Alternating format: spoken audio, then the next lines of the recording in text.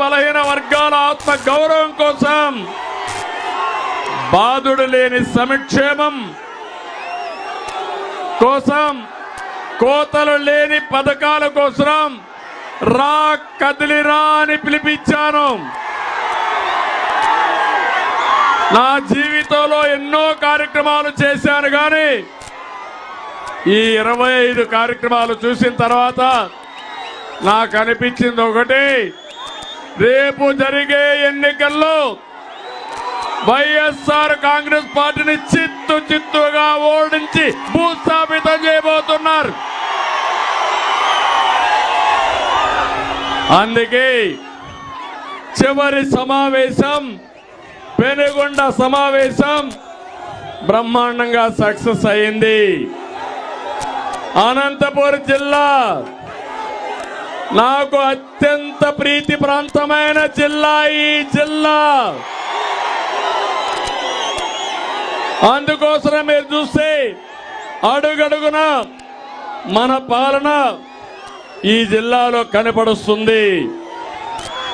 ఈరోజు మీరు చూస్తే భారతదేశంలోనే తక్కువ వర్షపాతం కురిసే జిల్లా ఏది తమ్ముళ్ళు అని మిమ్మల్ని అడుగుతున్నా. 552 మిల్లీమీటర్లు. అంతేకాదు జిల్లాలో 47 లక్షల ఎకరాలు భూమి ఉంది. మెట్టగాని సాగుగాని చేసేది 11 లక్షల మాత్రం. అందులో 2 లక్షలు మాత్రం ఏదైతే నీటి సదుపాయం ఉన్న భూమి ఉంది. ఈ జిల్లా ఒక ఎడారిగా మారిపోయే సమయంలో నేను కంకణం కట్టుకున్నా అనంతపురం జిల్లాని సస్యశ్యామలం చేయాలని, సిరులు పండించే జిల్లాగా చేయాలని సంకల్పంతో ముందుకు పోయాను.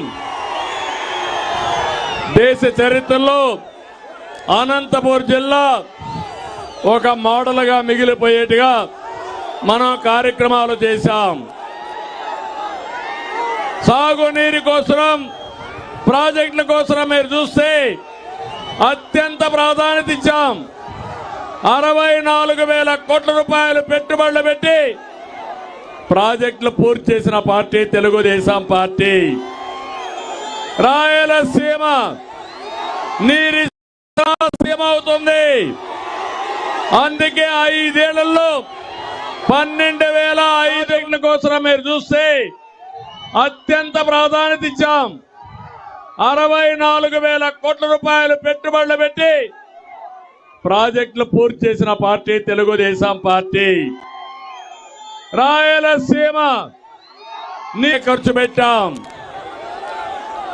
జీడిపల్లి భైరవాని తిప్ప గాని, జీడిపల్లి పేరూరు గాని, గొల్లపల్లి రిజర్వాయర్ గాని, గుంతకల్లు బ్రాంచ్ కెనాల్ గాని, మడకసిర బ్రాంచ్ కెనాల్, చెర్లోపల్లి మారాల ప్రాజెక్టులు ప్రారంభించాం, పూర్తి చేశాం.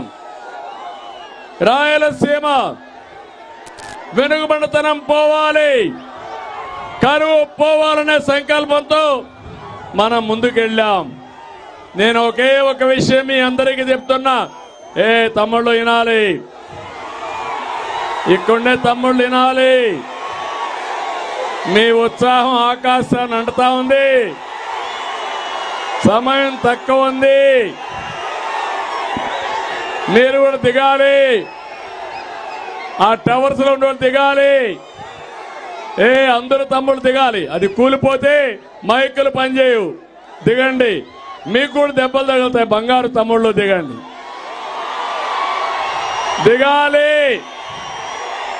అందరూ గట్టిగా చప్పట్లు కొట్టి తమ్ముళ్ళు చెప్పండి, దిగాలి అని చెప్పండి.